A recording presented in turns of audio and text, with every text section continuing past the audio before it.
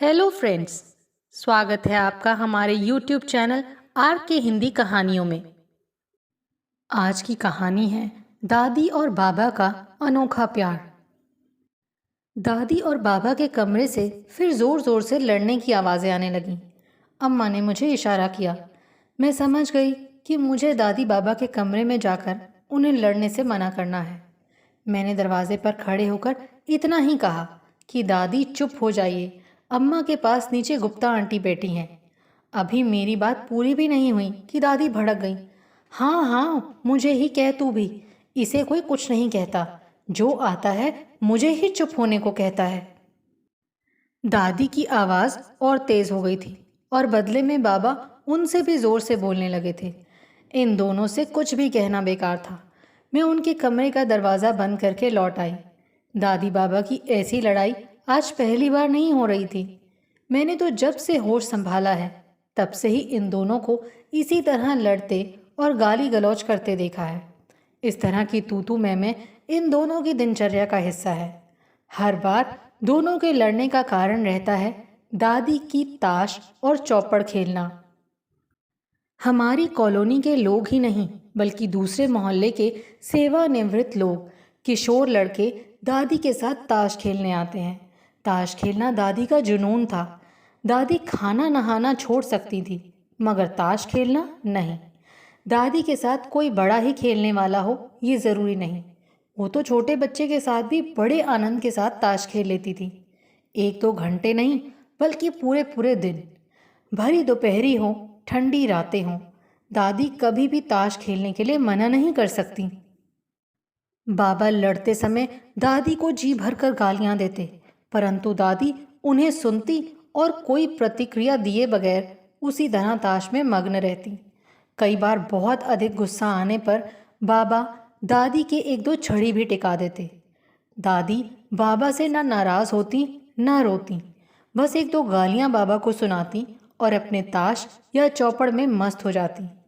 एक खास बात थी, वो ये कि दोनों अक्सर लड़ते तो थे मगर एक दूसरे से अलग नहीं होना चाहते थे।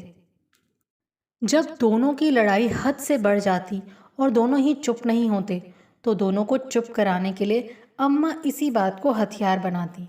वो इतना ही कहती, आप दोनों में से किसी एक को देवर जी के पास भेजूंगी। दोनों चुप हो जाते और तब दादी बाबा से कहती, करम जले, तू कहीं रहने लायक नहीं है और ना मुझे कहीं रहने लायक छोड़ेगा। और दोनों थोड़ी देर के लिए शांत हो जाते।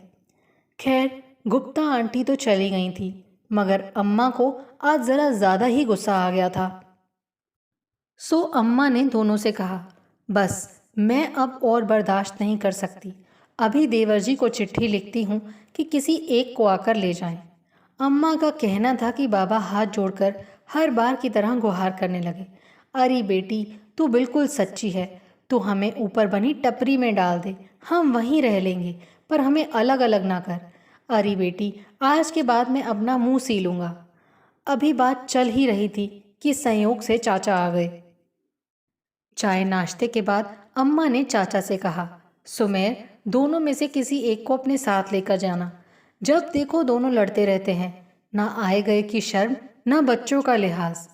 चाचा लड़ने का कारण तो जानते ही थे, इसीलिए दादी को समझाते हुए बोले, माँ, जब पिताजी को तुम्हारा ताश और चौपड़ खेलना अच्छा नहीं लगता तो क्यों खेलती हैं? बंद कर दें। ताश खेलना छोड़ दें? पता नहीं इस ताश और चौपड़ के कारण तुमने पिताजी की कितनी बैंत खाई होंगी। भाभी ठीक कहती हैं माँ, तुम चलो मेरे साथ।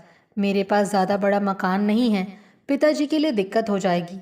माँ, तुम तो बच्चों के कमरे में मज़े से रहना। आज दादी भी गुस्से में थी, एकदम बोली, हाँ बेटा ठीक है, मैं भी अब तंग आ गई हूँ, कुछ दिन तो चैन से कटेंगे। दादी ने अपना बोरिया बिस्तर बांधकर तैयारी कर ली, अपनी चौपड़ और ताश उठा लिए और जाने के लिए तैयार हो गई। ये बात बाबा को पता चली तो बाबा ने वही बातें कहनी शुरू कर दी जो दादी से अलग होने पर अम्मा से किया करते थे।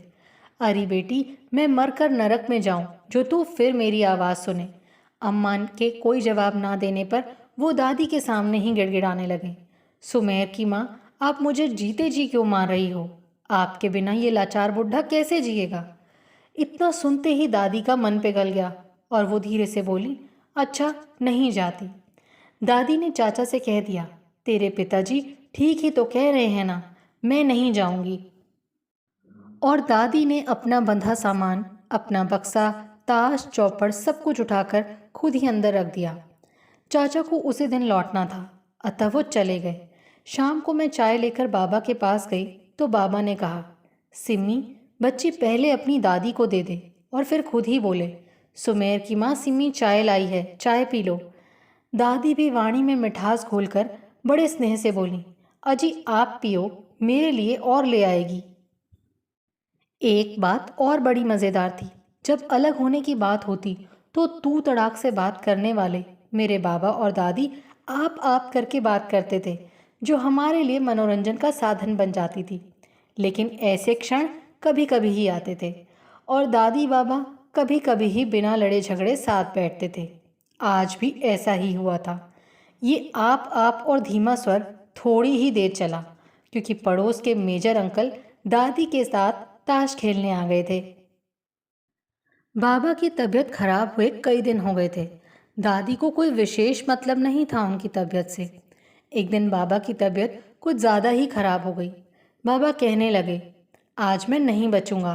अपनी दादी से कहो मेरे पास आकर बैठे, मेरा जी बहुत घबरा रहा है। दादी की ताश की महफिल जमी हुई थी। हम उन्हें बुलाने गए, मगर दादी ने हाँ हूँ, अच्छा आ रही हूँ कहकर टाल दिया। वो तो अम्मा डांट डपट कर दादी को ले आई। दादी बेमन से आई थी बाबा के पास। दादी बाबा के पास आई तो बाबा ने बस इतना ही कहा था, सुमेर की माँ तू आ गई, मैं तो चला। और दादी का जवाब सुने बिना ही बाबा हमेशा के लिए चल बसे। 13वीं के बाद सब रिश्तेदार चले गए। शाम को दादी अपने कमरे में गईं। वो बिल्कुल गुमसुम हो गई थी। हालांकि बाबा की मृत्यु होने पर न वो रोई थी ना ही चिल्लाई थी। दादी ने खाना छोड़ दिया। वो किसी से बात नहीं करती थी। ताश चौपड़ को उन्होंने हाथ नहीं लगाया। जब कोई ताश खेलने आता तो दादी अंदर से ही मना करवा देती कि उनकी तबीयत ठीक नहीं है। अम्मा या पापा दादी से बात करने का प्रयास करते तो दादी एक ही जवाब देती, मेरा जी अच्छा नहीं है। एक दिन अम्मा दादी के पास गई और बोली, माँ जी कमरे से बाहर आओ, चलो ताश खेलते हैं। आपने तो बात भी करना छोड़ दिया। दिन भर इस कमरे में पता नहीं क्या करती हो। चलो आओ लॉबी में ताश खेलेंगे।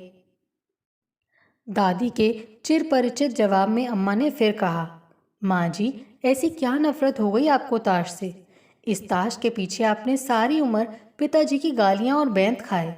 जब पिताजी मना किया करते थे तो आप खेलने से रुकती नहीं थी, और अब वो मना करने के लिए नहीं है तो 3 महीने से आपने ताश छुए भी नहीं।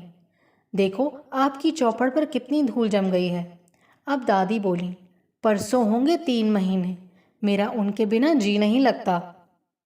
सुमेर के पिताजी मुझे भी अपने पास बुला लो, मुझे नहीं जीना अब। दादी की मनोकामना पूरी हुई। बाबा के मरने के ठीक 3 महीने बाद उसी तिथि को दादी ने अपने प्राण त्याग दिए। यानी दादी अपने कमरे में जो गईं तो 3 महीने बाद मरकर ही बाहर आईं। दादी बाबा को हमने कभी प्रेम से बैठकर बात करते नहीं देखा था, लेकिन दादी बाबा की मौत का गम नहीं सह पाई और बाबा के पीछे पीछे ही चली गईं। उनके ताश चौपड़ वैसे के वैसे ही रखे हुए हैं। आपको हमारी ये कहानी कैसी लगी प्लीज़ कमेंट करके ज़रूर बताइए। अगर आप इस चैनल पर नए हैं तो इसे सब्सक्राइब करें और शेयर करें। Thank you.